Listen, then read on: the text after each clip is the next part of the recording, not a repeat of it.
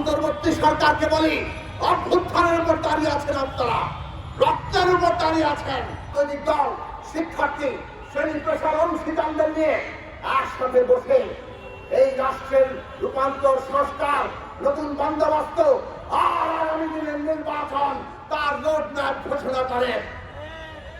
এইটা বাংলাদেশের মানুষ এখন চায়। মানুষের চাওয়া অনুযায়ী আপনাদের চলতে হবে, এইটা পরিষ্কার করে মনে রাখবেন। আমরা বাংলাদেশের মানুষ এই সরকারকে সহায়তা করেছি, সমর্থন করেছি। নির্বাচন পর্যন্ত আপনাদের আমরা সমর্থন করব, কিন্তু জনগণের আকাঙ্ক্ষা আপনাদের পূরণ করতে হবে, না হলে কিন্তু জনগণ আপনাদের নিঃস্বার্থভাবে সমর্থন দেবে না। সবাই ঐক্যবদ্ধ থাকুন, শত্রুরা এখনো ক্রিয়াশীল, এই অভ্যুত্থানকে রক্ষা করতে হবে। ওই ফাঁসিবাদের নানান রকম জাতকলে পিষ্ট হব, আমাদের উপরে বিদেশিরা তাদের খবরদারি করবে। পারেন নাই, এখন ভারতের পায়ে ধরেছেন। ভারতে গিয়ে আশ্রয় নিয়ে বাংলাদেশে বলছেন ডোনাল্ড ট্রাম্পের ছবি নিয়ে মিছিল করতে, আর তাতে হামলা হলে উনি আমেরিকান লিঙ্কে পাঠিয়ে দিলেন যে এই দেশে ডোনাল্ড ট্রাম্পের সমর্থকদের উপর হামলা হচ্ছে।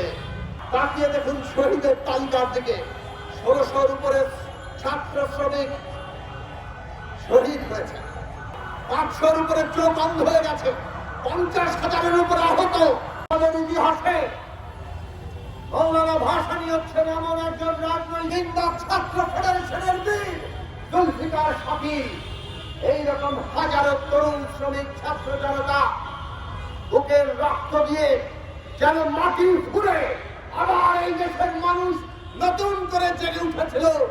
জুলাই আগস্টে অভ্যুত্থান তৈরি করেছিল, ওই স্বৈরাচারী ফ্যাসিস্ট শেখ হাসিনাকে ক্ষমতা ছেড়ে, দেশ ছেড়ে পালাতে বাধ্য করেছিল। সেই সন্ধিক্ষণে আমরা দাঁড়িয়ে আছি। আমরা কোন দিকে যাব? আমরা কি মানুষের সেই মুক্তি, স্বাধীনতা, সার্বভৌমত্বের দিকে যাব, নাকি আবারও আমরা ওই ফাঁসিবাদের নানান রকম জাতকলে পিষ্ট হব, আমাদের উপরে বিদেশিরা তাদের খবরদারি করবে? মৌলানা ভাসানী যখন আমরা স্মরণ করি, আমরা তার সংগ্রামকে স্মরণ করি, আমাদের সামনে দুটি প্রশ্ন আসে। একদিকে স্বাধীনতা আর জাতীয় সার্বভৌমত্ব, আর একদিকে হচ্ছে জনগণের মুক্তি। কৃষক, শ্রমিক, দেশের খেটে খাওয়া মানুষ সহ সকল জনগণের মুক্তি। বন্ধুরা আমার, আজকে আমাদের সামনে দুটো চ্যালেঞ্জ খুব পরিষ্কার। একদিকে হচ্ছে ওই পতিত ফ্যাসিস্টরা, তাদের যারা এখনো দোসর দেশের ভেতরে, আর তাদের বিদেশি দোসর যারা এখনো বাংলাদেশকে রক্ত চক্ষু দেখিয়ে দাবিয়ে রাখতে চায়, তাদেরকে আমরা কিভাবে মোকাবেলা করব? আর একটি চ্যালেঞ্জ, ফাঁসিবাদের কবল থেকে, ফাঁসিবাদকে বিলোপ করে কিভাবে একটা নতুন রাজনৈতিক বন্দোবস্ত, জনগণের গণতান্ত্রিক ব্যবস্থা, আমাদের সমস্ত জনগণের মুক্তি, সেইটা নিশ্চিত করব।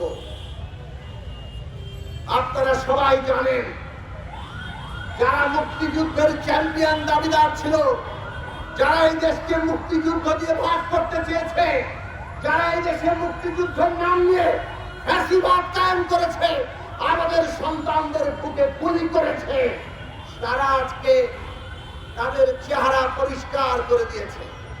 ক্ষমতা ধরে রাখার জন্য 5 তারিখ সকালবেলাও এই দেশের সেনাবাহিনী, পুলিশ বাহিনীর সমস্ত বাহিনীকে জনগণকে গুলি করেও তাকে ক্ষমতায় রাখার জন্য তিনি বলেছিলেন।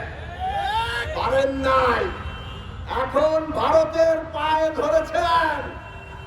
ভারতে গিয়ে আশ্রয় নিয়ে বাংলাদেশে বলছেন ডোনাল্ড ট্রাম্পের ছবি নিয়ে মিছিল করতে, আর তাতে হামলা হলে উনি আমেরিকান লিঙ্কে পাঠিয়ে দিলেন যে এই দেশে ডোনাল্ড ট্রাম্পের সমর্থকদের উপর হামলা হচ্ছে। বন্ধুরা আমার, এই দেশের মানুষকে হত্যা করে ক্ষান্ত হন নাই। এখন এই দেশের বিরুদ্ধে, আমাদের সার্বভৌমত্বের বিরুদ্ধে আজকে ষড়যন্ত্র শুরু করেছেন। আজকে সে কারণে বাংলাদেশের সমস্ত সংগ্রামী মানুষকে ফ্যাসিবাদের বিরুদ্ধে যারা লড়াই করেছে সকলকে ঐক্যবদ্ধ থাকতে হবে আমাদের সার্বভৌমত্ব রক্ষার জন্য। ভারতকে আমরা বলি, বাংলাদেশের মানুষের আকাঙ্ক্ষার বিরুদ্ধে দাঁড়াবেন না। এই দেশের মানুষ রক্ত দিয়ে এই রাষ্ট্র পত্তন করেছে। আপনারা আমাদের পাশে দাঁড়িয়েছিলেন ভারতের জনগণের কাছে, সে কারণে আমরা আমাদের কৃতজ্ঞতা রাখি।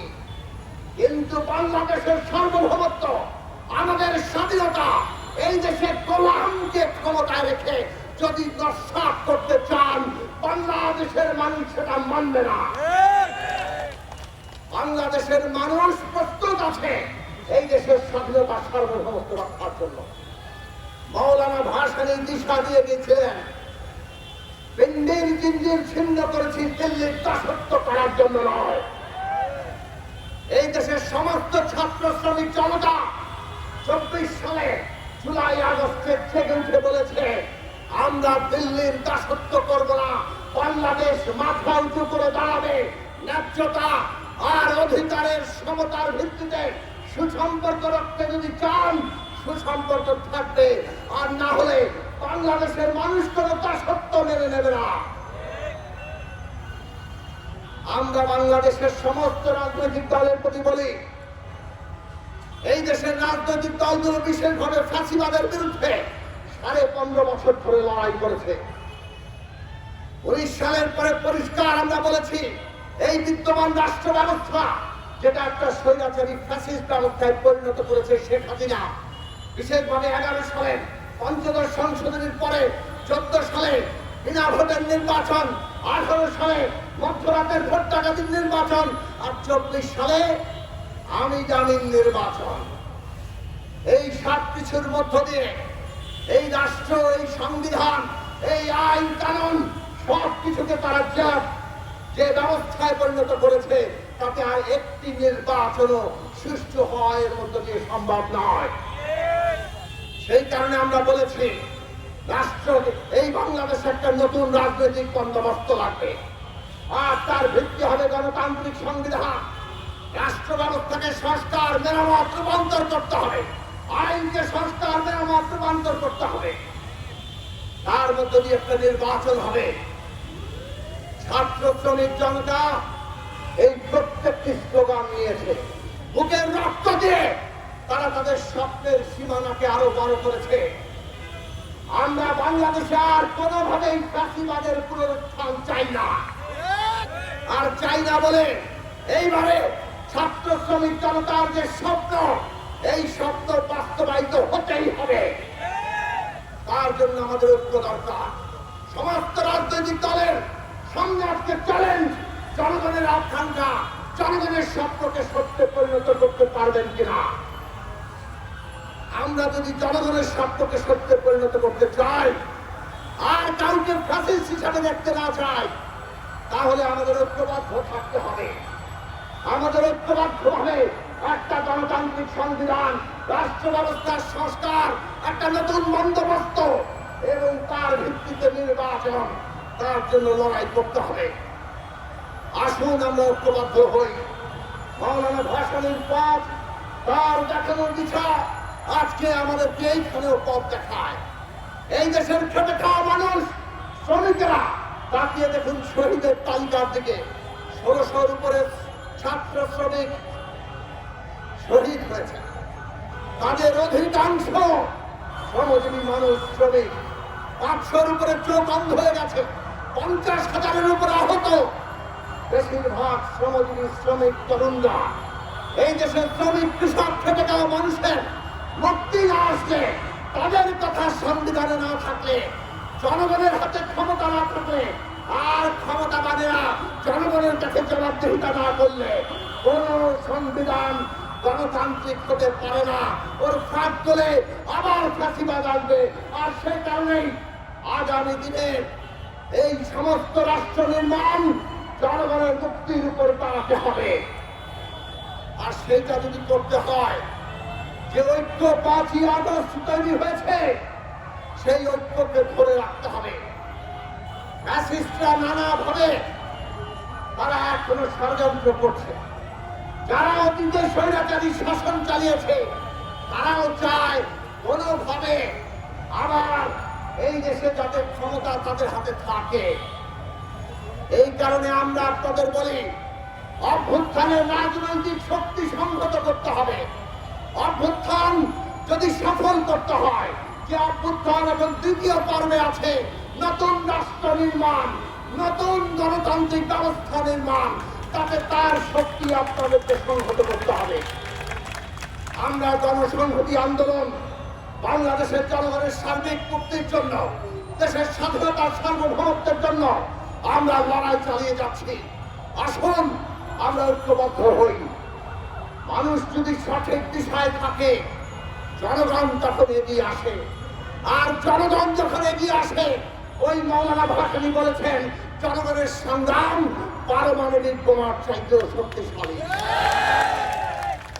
আমাদের আগামী দিনের রাষ্ট্র নির্মাণ, গণসংহতি আন্দোলন, বাংলাদেশে একটি নতুন রাজনৈতিক বন্দোবস্ত, গণতান্ত্রিক সংবিধান, আর তার ভিত্তিতে একটি গণতান্ত্রিক নির্বাচন, এই পথে লড়াই করবে। সেই লড়াইকে শক্তিশালী করার আহ্বান আমরা জানাই। বাংলাদেশে আজকে মানুষ এই সংগ্রামের জন্য উন্মুখ হয়ে আছে। এই রাষ্ট্র নির্মাণ তারা দেখতে চায়। অন্তর্বর্তী সরকারকে বলি, অভ্যুত্থানের উপর দাঁড়িয়ে আছেন আপনারা, রক্তের উপর দাঁড়িয়ে আছেন। 3 মাস পার হয়ে